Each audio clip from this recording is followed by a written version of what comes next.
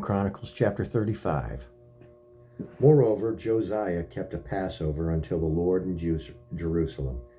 And they killed the Passover on the 14th day of the first month. And he set the priests in their charges and encouraged them to the service of the house of the Lord, and said unto the Levites that taught all Israel, which were holy unto the Lord, put the holy ark in the house which Solomon the son of David, king of Israel, did build. It shall not be a burden upon your shoulders. Serve now the Lord your God and his people Israel.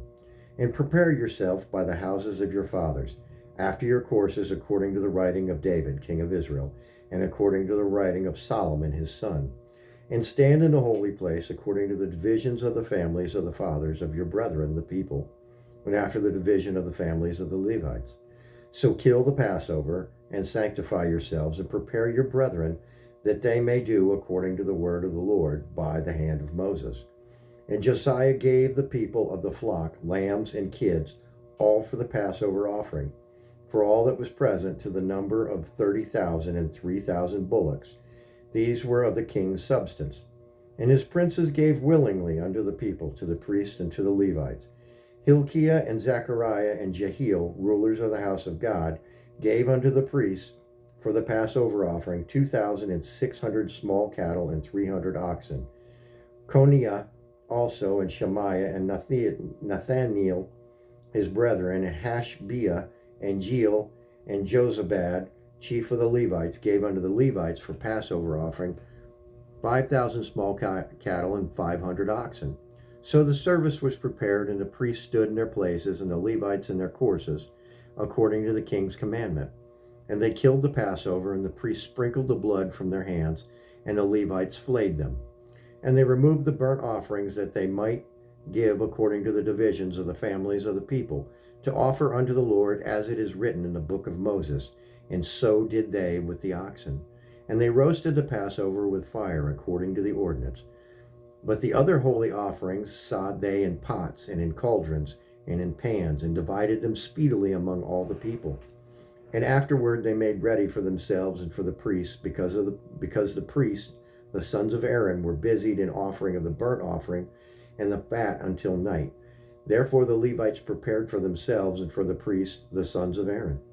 And the singers, the sons of Asaph, were in their place according to the commandment of David. And Asaph and Heman and Jeduthun, the king's seer, and the porters waited at every gate. They might not depart from their service, for their brethren the Levites prepared for them. So all the services of the Lord was prepared the same day, to keep the Passover and to offer burnt offerings upon the altar of the Lord, according to the commandment of King Josiah. And the children of Israel that were present kept the Passover at that time in the feast of unleavened bread 7 days. And there was no Passover like to that kept in Israel from the days of Samuel the prophet, neither did all the kings of Israel keep such a Passover as Josiah kept, and the priests and the Levites in all Judah and Israel that were present, and the inhabitants of Jerusalem. In the 18th year of the reign of Josiah was his Passover kept. After all this, when Josiah had prepared the temple, Necho, king of Egypt, came up to fight against Carchemish by Euphrates, and Josiah went out against him. But he sent ambassadors to him, saying, What have I to do with thee, thou king of Judah? I come not against thee this day, but against the house wherewith I have war. For God commanded me to make haste. Forbear thee from meddling with God, who is with me, that he destroy thee not. Nevertheless, Josiah would not turn his face from him, but disguised himself that he might fight with him, and hearkened not unto the words of Necho from the mouth of God, and came to fight in the valley of Megiddo.